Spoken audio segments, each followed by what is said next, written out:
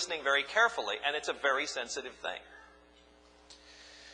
Stuart, I'd love for your reaction to this question of how much you think the liberals are trying to draw attention to what's going on at the court, whether you think it's unduly alarmist, and in general, whether you agree that the newest members of the court are somewhat agenda-driven. Now, not in the sense of sort of a personal agenda, but they have a vision for the law that's very strong. They view that the current jurisprudence is wrong and needs to be corrected, or whether you actually think that John Roberts and Sam Alito actually have a much more truly modest vision of where to go. Start with the second question. I think it does appear that they have an agenda, again, not necessarily in a pejorative sense, on some issues. Whether it's going to be across the board is a very different question. On racial categories, the aggressiveness of the opinion in the Seattle-Louisville racial integration case, I really thought the plurality opinion by Justice Roberts took some liberties with precedent and worked pretty hard to try and push in a colorblind direction. I also felt that the liberals' dissent took some liberties with precedent to try and open the door wide. I'm not sure either side is pure on this matter of respecting precedent. In fact, I'm sure neither side is pure.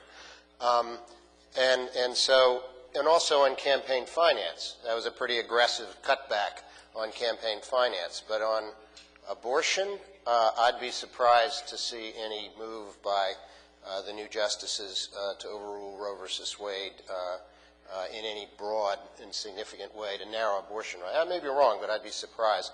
And it remains to be seen whether there are other issues. I think, you know, every justice has his menu of issues he cares about or she cares about with particular passion.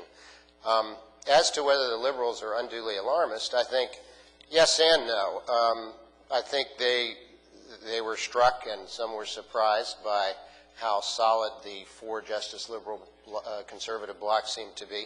On the other hand, I think the stakes on, for example, the Seattle-Louisville case were considerably lower than you would have thought from the tone of the dissents. It's not going to be very hard, in my view, for school districts that want to have integration programs to do so after this opinion. You can try and fit within the folds of the Kennedy opinion, for example, which is the controlling opinion. But more particularly, a program of racial integration based on social class or income, school lunch program eligibility, that sort of thing, would be legally unassailable and would do a lot of the same things as the programs that were struck down. But that, I mean, that was not a foregone conclusion given the plurality. I mean, that's only because of Kennedy. And I think you know, two things were going on in the dissent in that case.